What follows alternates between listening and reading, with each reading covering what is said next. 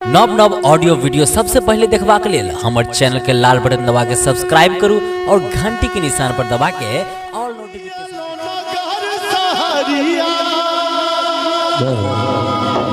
घुमलो चारू धाम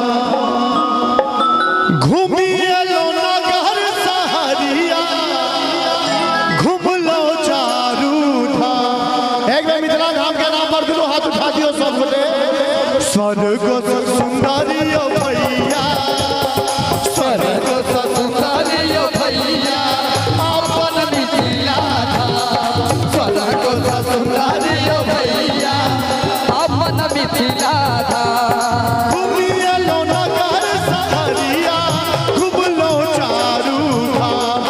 घुमियो नगर सहरिया घुमलो चारू धाम। स्वर्ग सुंदरियो भैया स्वर्ग सुंदरियो भैया अपन मिथिला धाम। स्वर्ग सुंदरियो भैया अपन मिथिला बोलिए मिथिला धाम की।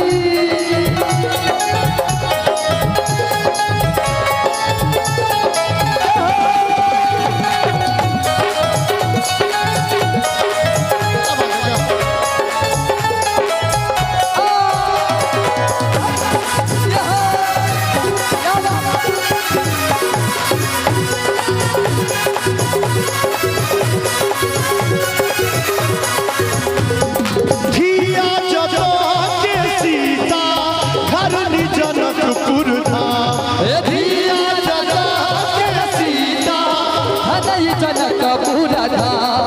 कल कन मिथिला पावन कल कन मिथिला पावन पाहुन श्रीपतिया।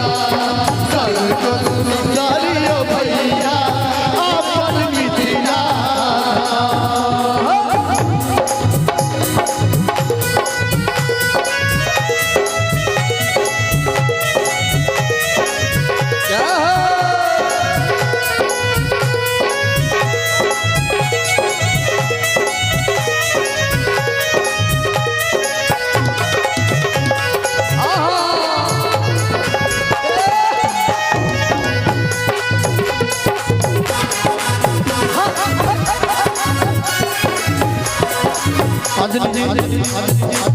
ई पैसा लिया भैया की कहे छथिन सुनियो न पहले पूरा सेवक सिनही आयो भैया माधव गावे गान। सेवक सिनही आयो भैया माधव गावेगा। जा हमरा मन में वह अहू सब गोटे के मन में कि सेवक सिनही आयो भैया माधव गावेगा। और जो ई शब्द निक लागे तो कनी जोरदार ताली बजा दे। पहले सुन लियो चाची। जन्म जन्म हम जनमी जन्म जन्म हम जनमी हे मिथिला धाम। जन्म जन्म हम जनमी हे मिथिला धाम। हाथ लगा महिला दीर्घा के संख्या ज्यादा छै। एकटा बेटी रहे छथिन जिनकर दहेज के कारण विवाह नहीं होइत रहे छै। देखियो आइ काल्हि के हमर बहिन बेटी कखनो नहीं चाहे छथिन जे हमर घर के पिताजी दहेज देथिन। जखन चारू कात पिताजी हुनका लग वर ताके ले जाय छथिन और दहेज के कारण पाई नहीं रहे छन, हुनका लग विवाह नहीं होइत रहे छन। तो देखियो ओ बेटी अपना पिता के की कहे छथिन। बेटी छितैयो यो बाबू करब अहाँ के नाम। बेटी छितैयो यो बाबू करब अहाँ के नाम। एक मुट्ठी 400 यो बाबू एक मुट्ठी 400 यो बाबू कऽ देब कन्यादान। एक मुट्ठी 400 यो बाबू कऽ देब कन्यादान। बेटी छितैयो यो बाबू करब अहाँ के नाम।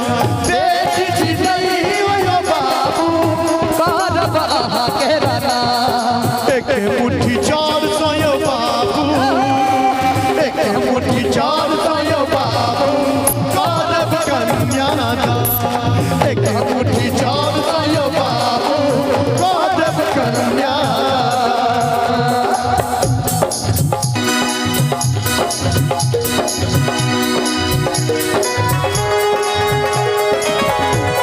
क्या बात है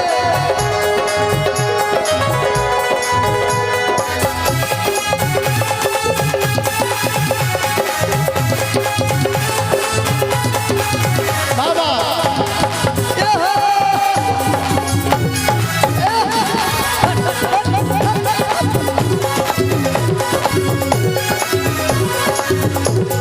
जही नसिया लयो बाबू, संग एला भगवान।